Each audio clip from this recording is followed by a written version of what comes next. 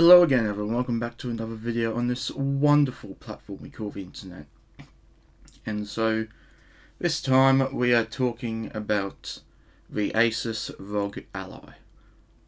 And my, I guess you could say, review of it, I guess. So, yeah, I suppose let's get into it then, shall we? So, for a bit of a story which will lead into the review. So this was several weeks ago, probably actually a month ago really. So I was actually planning on getting the Steam Deck, actually, the Valve Steam Deck. So I saved up money for, well, said Steam Deck. And as I was about to get it, one of my friends talked me into getting the Rog Ally instead, because here in Australia the Steam Deck isn't officially sold, therefore it's not covered by warranty if it were to get broken or whatever. Whereas the Rog Ally is, because it's officially sold over here. So that, and also is the Windows 10 or 11 operating system it has, and which will mean it'll be able to play more than just Steam games. So yeah. So then I ended up managing to get myself a pre-owned Rog Ally, and yeah, and surprisingly, yes, it was new, because it was only like a couple of months old, at least that model was. So the previous owner had the carry case with it and all that, and well, yeah. Now, once again, it's pretty much like the Steam Deck and Legion Go. So, obviously, yes, that makes a mobile handheld PC sort of thing. So, yeah. And it has a 1080p display. So, while it doesn't do full-on 4K like a PC, Xbox, or PlayStation, it will surprisingly still look good. And even with the remote play, when it's not like lagging and stuff like that, that looks good too, almost as if I'm playing it on there natively. So, yeah. Now, of course, so I haven't got any footage of PlayStation remote play, but for some reason it doesn't work properly. So, yeah. As for with playing native games on it natively and Xbox remote play and emulating, it works just fine. As for the PlayStation remote play, it's a bit weird, I guess you could say, like certain parts of it, like control wise and stuff. So that's why I don't really use remote play on it. Which is then why I use it on like the Backbone and stuff. So yeah.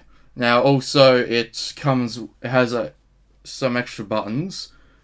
The bottom right button opens up the Asus game crate, I think it's called, where you can also launch your games from there.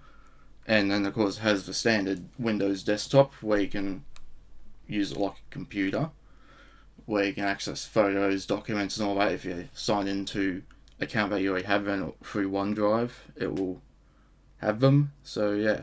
And then on the bottom left, it opens up a little menu where you can choose its performance mode. So there'll be one where it uses least amount of battery at the cost of game performance, and then the other two gives it better performance but chews up the battery faster, which leads to another thing. The battery isn't the best. It will probably last about 1 to 2 hours. I think between 1 and 2 hours through playing games. As with idle, it will last about 4 to 5, I think. So the battery isn't the best, but it's still pretty decent, because it's only meant for like little trips on the go and stuff. It's not meant for playing constantly. Well, sort of, but you get the idea. So yeah, and it feels somewhat comfortable too to hold, and the thumbsticks feel good to use, and surprisingly, it's actually lighter than it looks as well. So, yeah. It has power button, obviously, volume control thing, charger, obviously, headphone jack, built-in microphone, and another plug of sorts. I forgot what it does, but I think it allows you to plug it directly into your computer and use it as a second screen, or vice versa, I think. I'm not too sure, but I forgot what it was for. But yeah, that's pretty much what I can say about that. So yeah, once again, as for games, I have a few games on there. Dead Space Remake, Resident Evil 2 Remake, Cyberpunk, WRC Generations, Horizon 5, Asphalt 9, and and Assetto Corsa Competizione, and a couple of others. So yeah, and they obviously run just fine.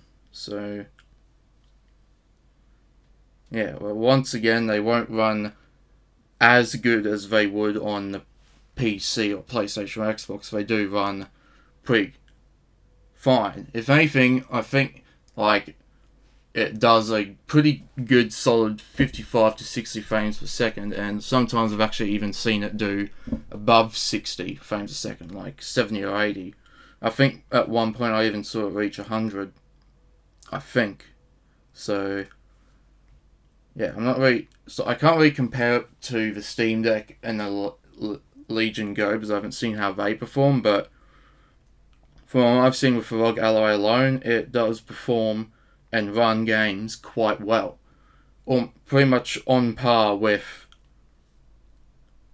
the other platforms, like the PC and whatnot. So, yeah. So, honestly, it is my favourite handheld this year. I already said that about the Backbone 1. But in terms of proper native handheld gaming device, this is my favourite.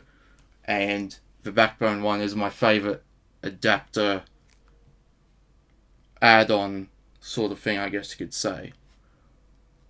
So for a good $1,300, 1,300 Australian dollars, you get all those features with it. You get, like, you know what I mean. So you get a good solid 60 or so frames a second on most games, and you can access your documents, videos, images, and all that from your Microsoft account if you log into the same account that you did for your PC or whatever. And you have a good 1.5 or so to 2 hour battery life to play games on the go. So for $1,300, that's, I must say, good bang for your buck. So yeah. Anyway, though, I guess that will wrap up the review then, or whatever you want to call it. So yeah, thank you for watching. Feel free to like and subscribe if you want to. Stay tuned for more videos, and I'll see you in the next one.